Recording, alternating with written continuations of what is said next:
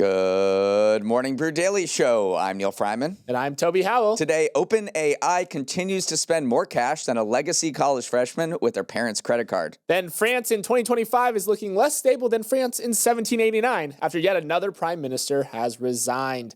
It's Tuesday, October 7th. Let's ride.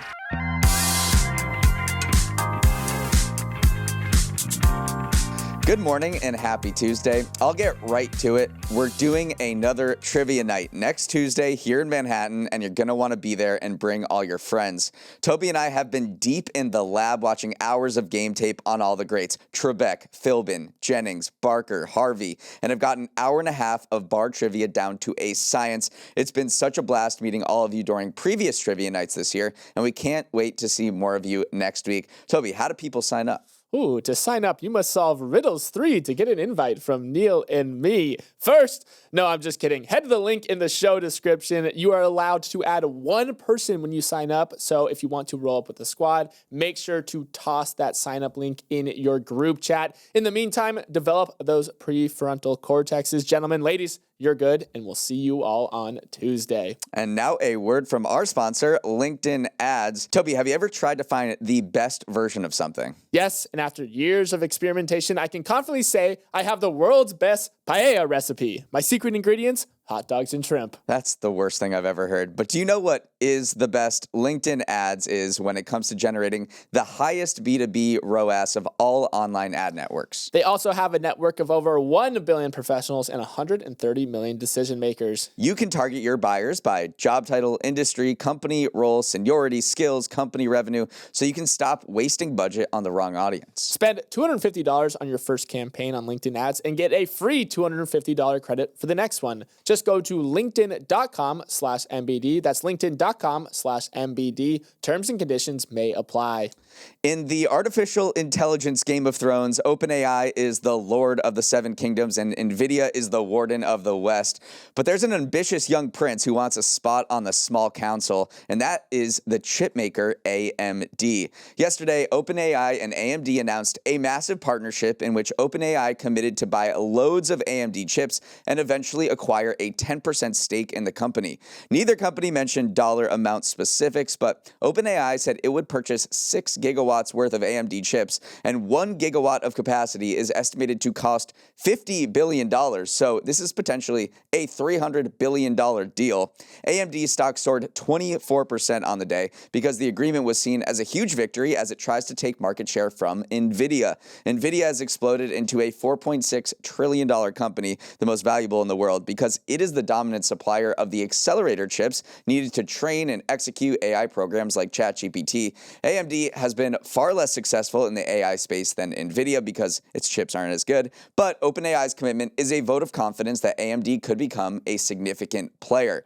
For OpenAI, wow, it's another astonishingly expensive spending plan that shows how desperate it is to lock in the computing infrastructure needed to run its AI systems. In an interview about the deal, CEO Sam Altman said, "It's hard to overstate how difficult it's become to get sufficient computing power. We want it super fast, but it takes some time."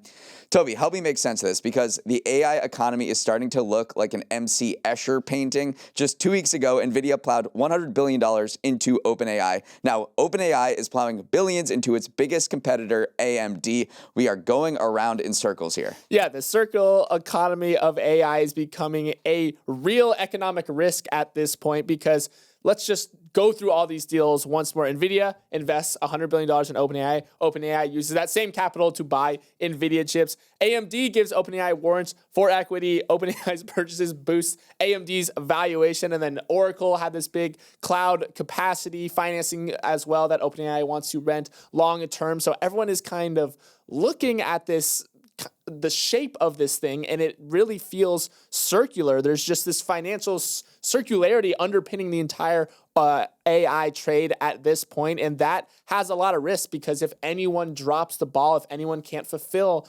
their side of the bargain, maybe OpenAI doesn't scale revenue like it is expecting to. Maybe AMD's chips can't compete with NVIDIA like they think they possibly can. Things start to get a little bit shaky here. This used to be something that financial regulators would look at in the past. Now it's underpinning the entire global economy, it seems like. So that is the word to know, is like financial circularity, the circle economy that seems to be dominating the AI trade. And Sam Altman is perfectly fine with this, or at least seems to acknowledge it. He said that we are in a phase of the build out where the entire industry's got to come together and everybody's going to do super well. You're going to see this on chips. You're going to see this on data centers. You're going to see this lower down the supply chain. So far, OpenAI has signed about $1 trillion in deals this year for computing power. And when you compare this to the build-outs in history, I'm thinking railroads or electric grids, this dwarfs all of those in terms of its scale and size and how many few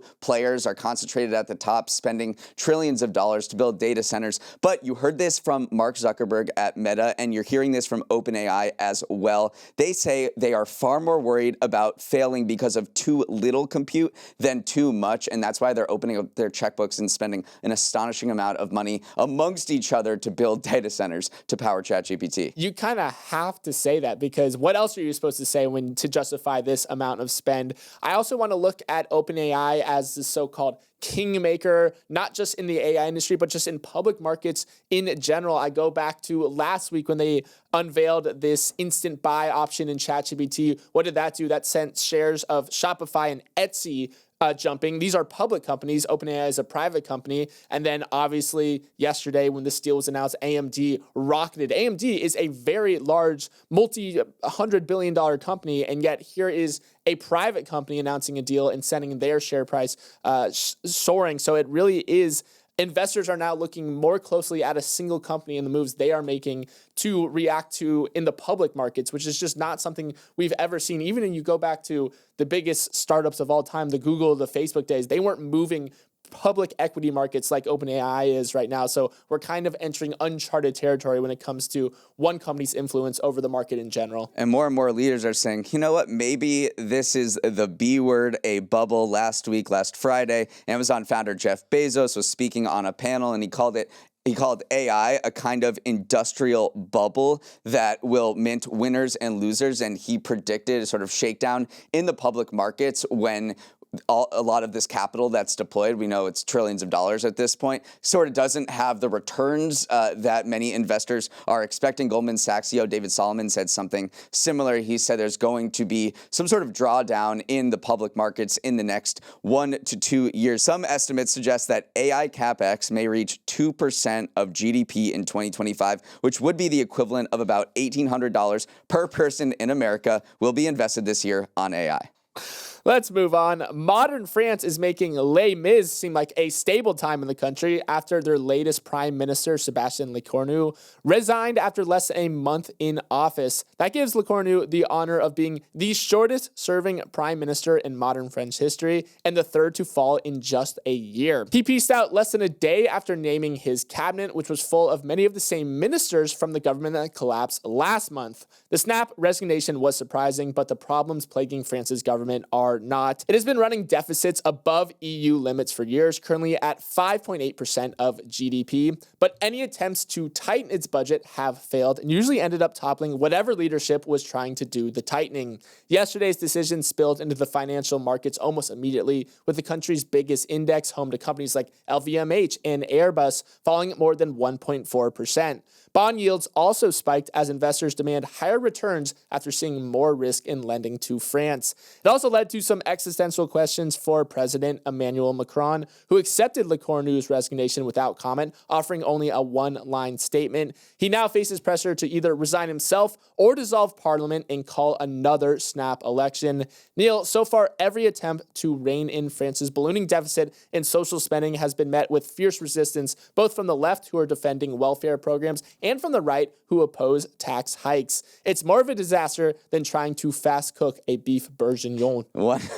One of Macron's most loyal supporters, the ecology minister who was appointed less than 24 hours before he had to quit because the prime minister resigned, said, I despair of this circus. And another lawmaker said, we are witnessing an unprecedented political crisis. So they understand sort of the dire straits that they are in. And the key financial market to watch here are bonds and bond yields, because when investors get a little scared of what's going on in your country, if it becomes ungovernable and if people say this is a circus, we can't get anything done, we need to pass this budget, but they can't because each side is so entrenched, then you're going to see a little bit of a bond market freak out, and that seems to be what's happening in France. The yield on France's 10-year bonds have risen above Greece's at this point, and Greece is not exactly known for getting its fiscal house in order, but it has compared to France, which has let these deficits and debts balloon, and they're not doing anything to cut it because each side won't give an inch. Yeah, the difference between French and German bond yields, which is usually a proxy for how risky investors believe one country in the EU's debt to be, rose to one of the highest levels it's been in several years. And it's never good to be in the same sentence as Greek bonds when you're trading at the same level as Greece right now. But any attempts to, rein in this current budget situation has toppled literally 3 governments in 12 months. Remember, the most recent, or I guess the second most recent PM, Francois Bayrou, was ousted over a plan. He wanted to try to rein in spending by getting rid of 2 national holidays, which to him was this big austerity move. He wanted to say, hey, we're serious about doing this, but it just shows how deeply unpopular that any of these measures actually are. So right now, investors are looking at France and then go, hey, there's a lot of instability here. Like, these people cannot get their coalition together. There is no government that wants to see eye to eye, which is a very big flag for the Eurozone's second biggest economy. And so Macron now faces 3 choices. He could name a new prime minister, which would need to propose a new cabinet, but that has sort of failed in the past 12 months. He's tried that 4 different times. He could call another snap election to get a new parliament in there. This is sort of what sparked the entire chaos in 2024 when he called a new election and they got a new parliament, and then it was so fractured that they can't get anything done. Or he could resign himself. He said he's not going to do that, but a number of his most loyal supporters have come out this morning and say, Macron, I think you got to resign because what we're doing here isn't working and the bond markets are starting to freak out. What does the gigantic multinational consultancy Deloitte and your high school freshman cousin Ethan have in common? They both got nabbed for using AI to cheat on their homework. Yesterday, the Australian government announced that Deloitte will partially refund a contract for nearly $300,000 after it acknowledged it was partially made using AI. Deloitte admitted that some of the footnotes and references it included in the document were false, referencing studies from universities in Sydney and Sweden that simply didn't exist. The contract was for a, quote, independent assurance review that tasked Deloitte with uncovering problems with an automated welfare system that was perhaps too aggressive in punishing job seekers. Deloitte published the review back in July, but after it was found to contain AI-induced errors, it was taken down and a corrected version was uploaded on Friday. The Australian government said that conclusions drawn by the report still stood, AI hallucinations notwithstanding, but lawmakers lit into Deloitte for taking shortcuts. Labor Senator Deborah O'Neill said, quote, Deloitte has a human intelligence problem. This would be laughable if it wasn't so lamentable. A partial refund looks like a partial apology for substandard work. She added, perhaps instead of a big consulting firm, procurers would be better off signing up for a ChatGPT subscription. And that suggestion strikes at the heart of the existential crisis facing consulting giants as AI gains steam. On the one hand, they see the generative AI revolution as a huge opportunity for them to help companies integrate new technology, their bread and butter. On the other, if they're using AI to craft their reports, why shouldn't clients cut them out altogether and use AI to save a boatload of money? Toby, it's an interesting time to be a consultant. Yeah, one of the first confirmed cases of a Big Four consultancy using generative AI in official government work. That is just a lot of flashpoint issues in one single issue, and it has created a lot of discourse around it because even though technically the AI that they used, ChatGPT 4.0, was licensed and it was approved and it was safe, because they failed to mention it in the original report, it's leading to a lot of these question marks of, hey, it is very opaque how professionals are using AI to do work that they are supposedly supposed to be using their minds for. And they are in this awkward spot because obviously every one of these consultancies want to show that they are a leader on AI, that they know how to be your Sherpa when it comes to adopting AI in your own businesses. But one, they are proving that they're using it far more than they're probably telling you. And two, they're using it very sloppily. Like AI hallucinations are something that probably humans should step into the loop and correct. So just a big egg on the face moment right now, even though the dollar amount is probably pennies when it comes to a big firm like Deloitte, but the public perception of it is going to have an outsized impact. Yeah, they want a slice of this market that's going to be huge. Spending by companies on consulting for generative AI is projected to hit $3.75 billion last year, which is up from $1.3 billion from the year before in 2023. And they want to show that they are adept at AI themselves internally so that they can go to your company and say, hey, we're really good at AI. We want to go to your company and help you integrate AI like we've done, and it's working so seamlessly. And Deloitte clearly doesn't have its ducks in order here. So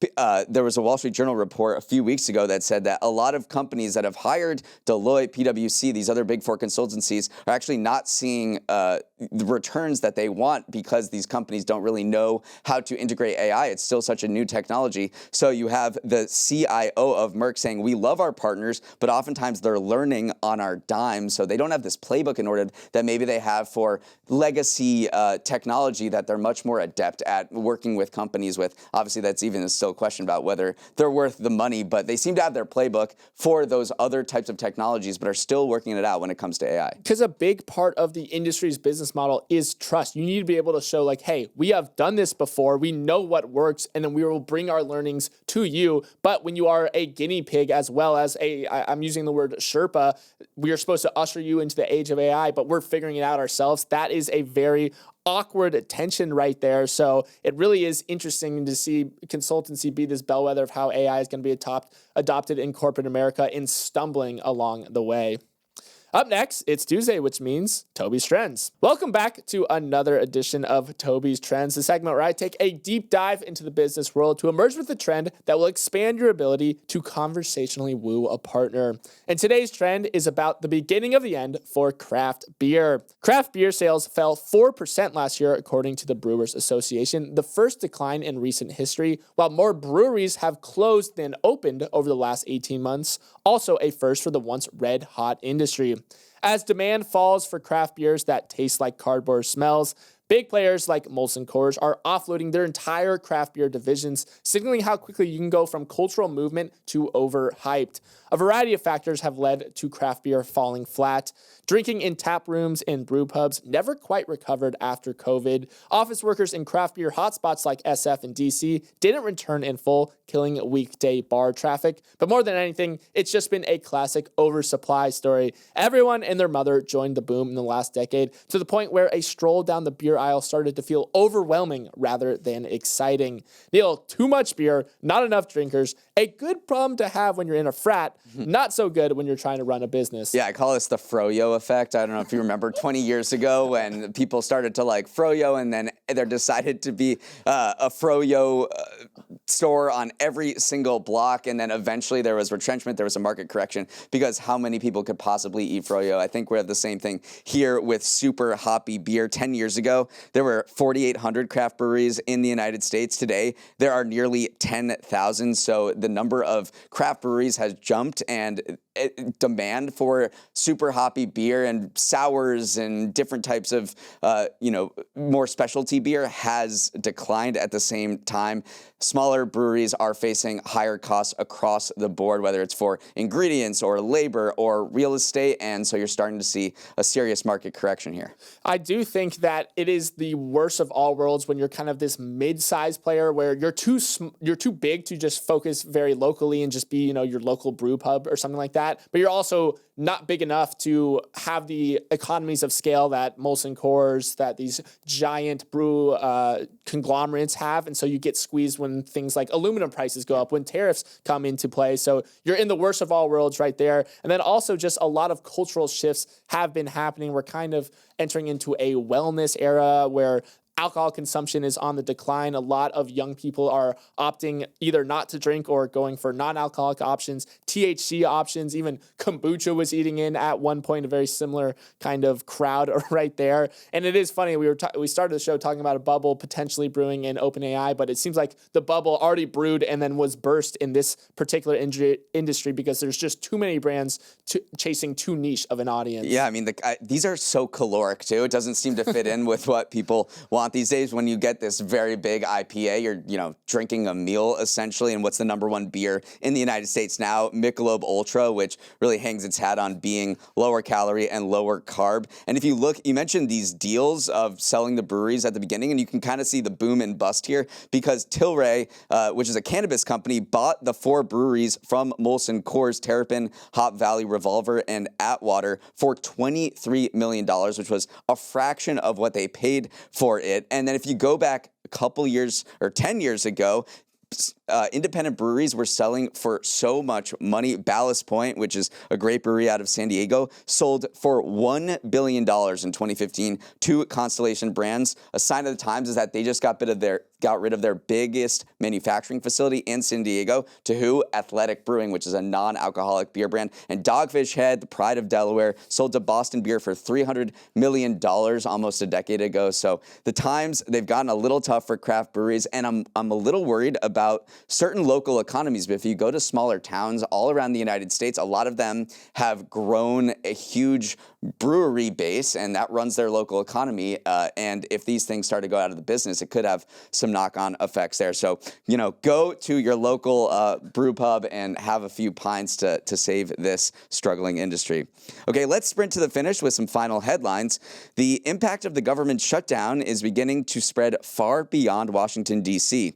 Several airports, including Newark, Phoenix, Denver, Las Vegas, and Burbank, are experiencing delays after an uptick in air traffic controllers calling in sick, the FAA said. On Monday, more than 4,000 flights were delayed, including 29% arriving flights at Denver, 19% at Newark, and 15% at Las Vegas. During shutdowns, air traffic controllers and TSA agents are not paid, but still must show up for work. Their first paycheck post-shutdown is scheduled for October 14th, but that won't show up in their bank account if the government fails to open in time. Toby, the longer this goes on, the worse it's going to get for American travelers. Yeah, I think back to the last big government shutdown we had, 2018, 2019. That was a 35-day shutdown, the longest we've had. And the part of the reason why that ended was just 10 air traffic controllers didn't show up for work, which caused this cascading effect with delayed flights. We all have been there. Whenever there is air traffic control issues, it does balloon into a much larger issue. So that essentially helped usher the end of that particular government shutdown.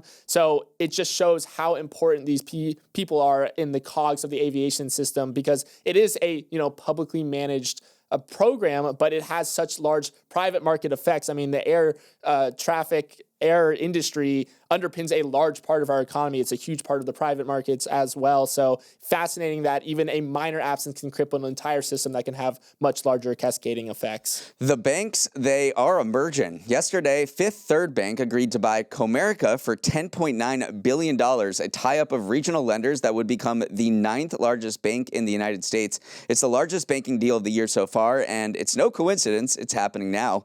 Bank CEOs think it's a more hospitable time to consolidate with the deregulatory era of the Trump administration.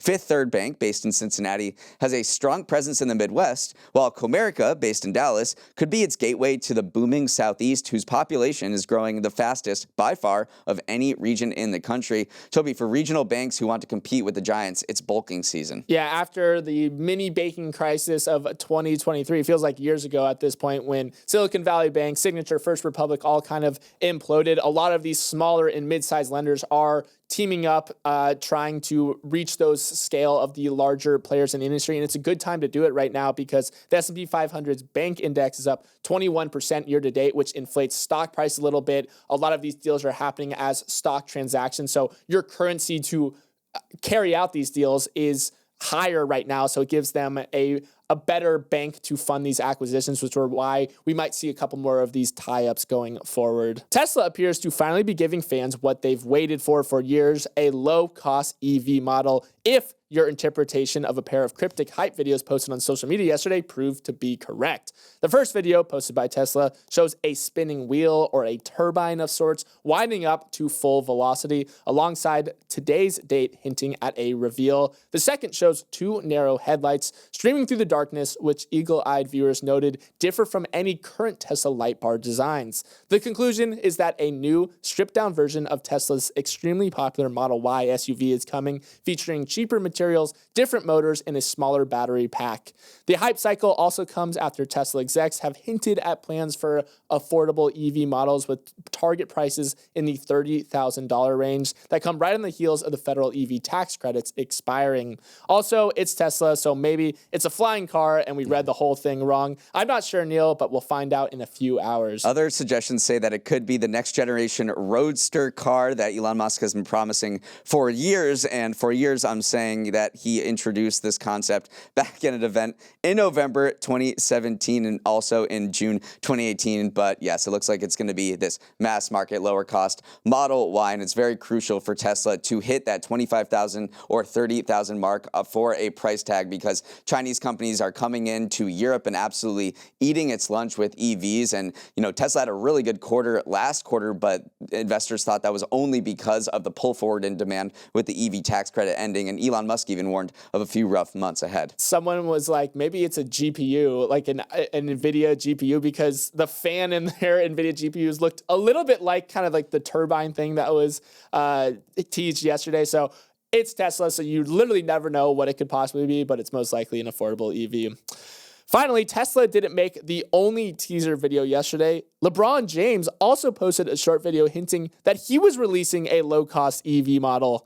Just kidding. He posted a cryptic clip titled "The Second Decision," teasing a major announcement coming today at 12 p.m. Eastern.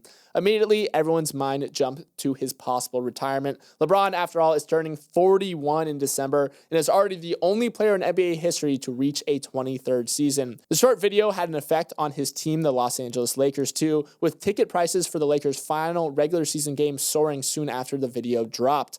But others were quick to point out that this is LeBron we're talking about, after all, a man whose business acumen rivals his on-court prowess. And more cynical fans noted that today is also the start of Amazon Prime, which LeBron has done ads for in the past. Neal, what do you think? The end of one of the most storied careers in athletics history, or a plug for free next-day toilet paper delivery? Well, it's 2025, so what did I do after hearing this? I went to Polymarket to find out what the money is saying, and 73% say it's a marketing stunt for Amazon. 34% say he's going to announce his final season. 3% say that he's retiring this season. 1% said that he's returning to the Cavaliers. But it's an interesting choice by LeBron, no matter what this is, to conjure up the decision again, because that was considered one of the more embarrassing episodes of his career. Very, self-inflating thing that he did back in 2018 to have this huge special to announce that he was going from Cleveland to Miami, and was seen as, one of the more ego-boosting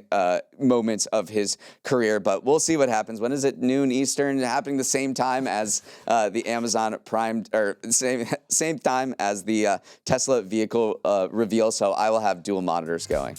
That is all the time we have. Thanks for starting your morning with us, and have a wonderful Tuesday. If you have any feedback on today's episode, send a note to morningbrewdaily@morningbrew.com.